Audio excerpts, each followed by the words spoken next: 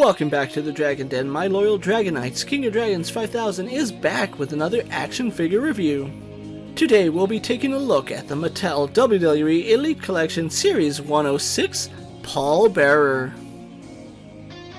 And so here we have Paul Bearer posed and out of the packaging, but before we have a look at the figure, let's run through his accessories.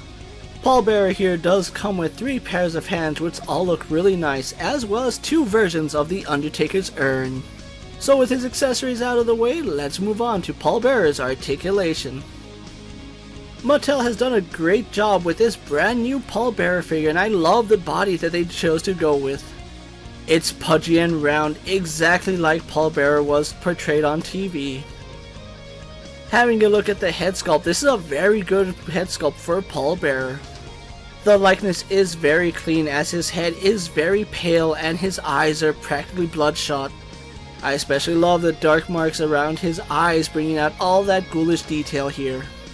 And of course his pitch black hair is nicely combed to the side, which is perfect for Paul Bearer. Mattel is using a brand new torso here for Paul Bearer, and I have to say it works perfectly for him. This is a brand new body that is both stocky and round, exactly like Paul Bearer was.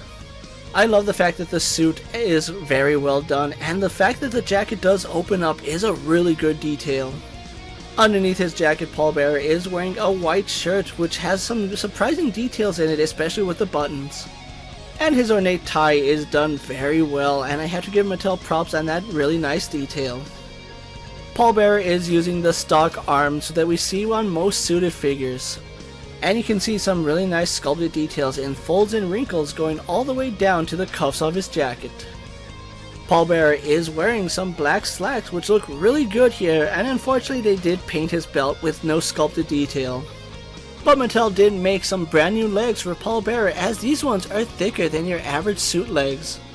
They look really good, and the folds and wrinkles going throughout them are perfect, and I love the design of them.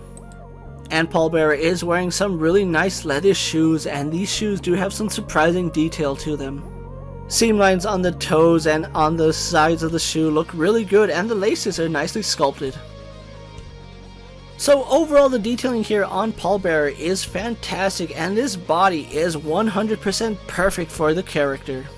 So with his details out of the way, let's get Paul Bearer compared to our usual suspects.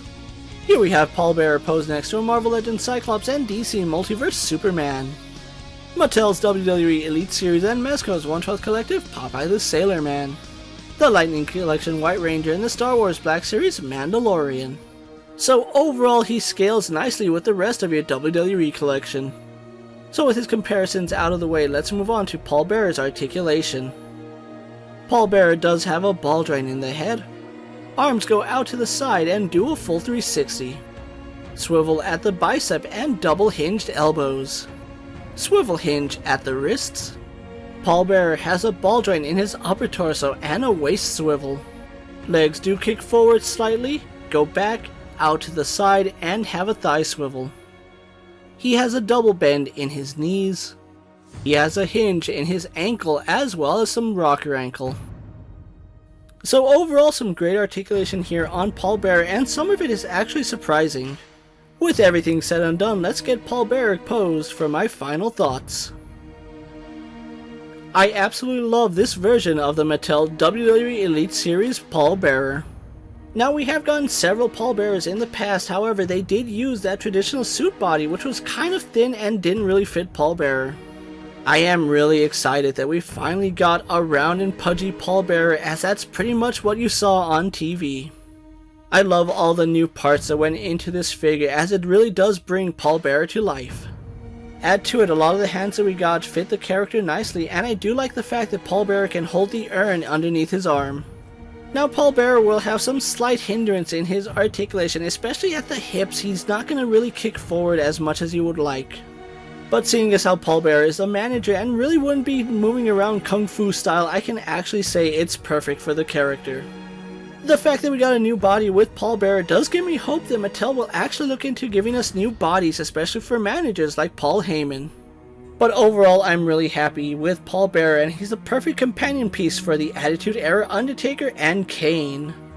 Now, Paul Bearer is one of the harder figures to find from Elite Series 106, as he is really sought after, especially because he has a chase variant as well. If you can get hold of Paul Bearer, definitely pick him up, as he'll look perfect next to any version of The Undertaker.